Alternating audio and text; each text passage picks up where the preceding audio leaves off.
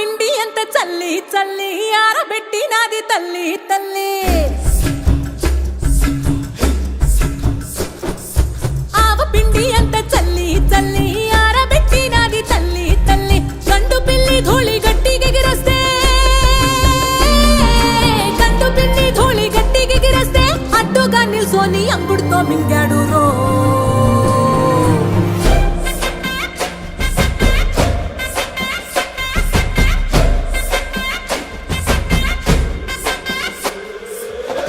కూతలు గోర చప్పుళ్ళు ఆవకాయ తంతు జరగతుంటే బింతులేసే నంతలోనే పిట్టలెల్ల కొట్టినాడు కథ ఎత్తి